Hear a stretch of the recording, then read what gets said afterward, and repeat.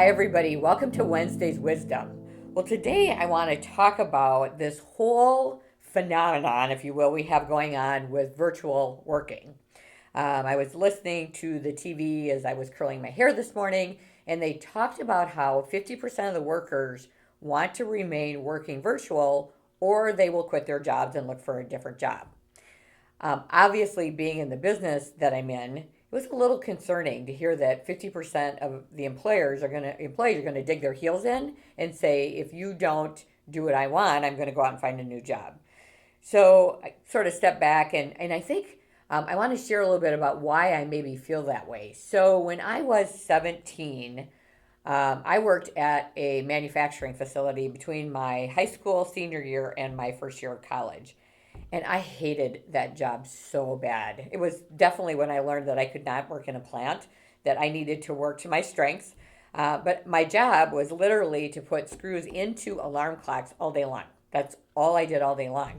And because I didn't like the job, I couldn't wait for the summer to get over. Well, lo and behold, their business slowed down and they had a massive layoff. Of course, any of their summer help, we were the first ones to be laid off. But here's what I didn't realize. So I'm all happy and I'm like, hey, I don't have to put screws in clocks anymore. And I'm walking out and sitting on the sidewalk were several of long term employees just sobbing.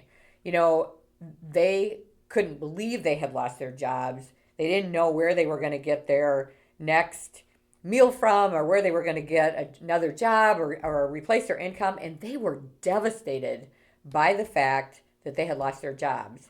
And that just so impacted me as a 17-year-old girl thinking, here I am, exuberant, that I don't have to do this anymore.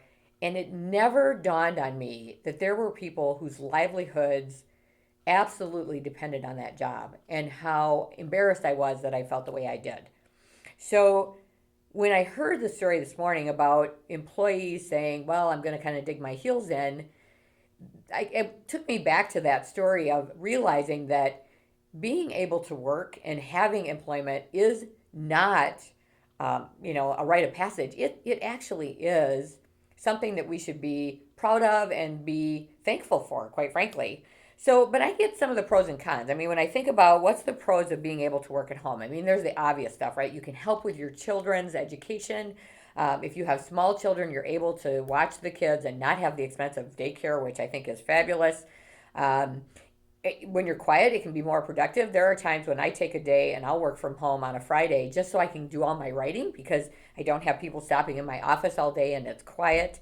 And obviously, you can work whenever. If you have an office set up at home, you can work after 5 o'clock. You can work whenever it's productive so you can work part of the day, spend time with the kids when they get home from school, have some fun, and then when they go to bed, go back to work. There's definitely some pros to being able to work from home. So I'm cognizant of that and certainly honor that for people that it just makes absolute sense.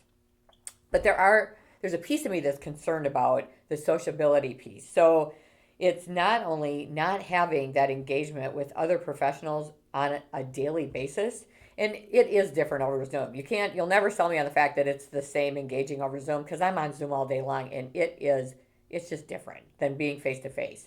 The other piece, though, I worry about, and I worry about this as a female leader, I worry about what that's going to mean for the female leadership moving forward, or really any leaders.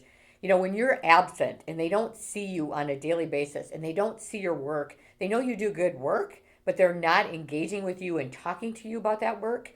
What does that do to your career long term? If you have aspirations to move into leadership, I'm concerned that that hiding at home and them not seeing you there could impact your ability to become a leader. So that's concerning to me. And obviously, the piece of I'll just find another job, we are going to ultimately get where it is not going to be as much all virtual. It'll probably be more of a hybrid model.